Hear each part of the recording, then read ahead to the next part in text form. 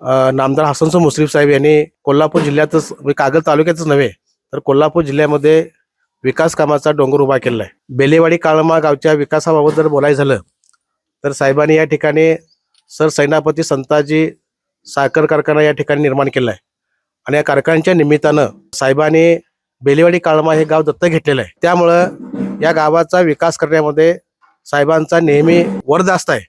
गावातील अंतर्गत डांबरीकरण असेल किंवा पाणंद रस्ते असतील, जेवढे कागल तालुक्यामध्ये व्हायला असतील पाणंद रस्ते तेवढे बेलेवाडी काळमामध्ये पाणंद रस्ते झाले आहेत. त्याचबरोबर जल जीवन मिशन योजना या गावामध्ये सध्या काम सुरू आहे आणि त्यामुळं गावातील सर्व गावकऱ्यांना आता शुद्ध पाणी या ठिकाणी मिळण्याचा मार्ग मोकळा झालेला आहे.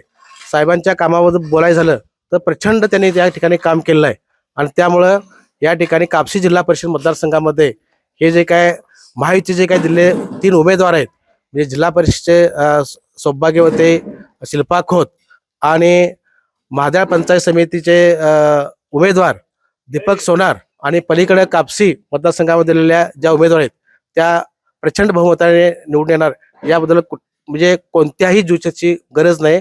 काळ्या दगडावरची पांढरी रेख आहे. बरं, काय वाटतंय आता तुमच्या गावामध्ये एकंदरीत विकास झालाय काय?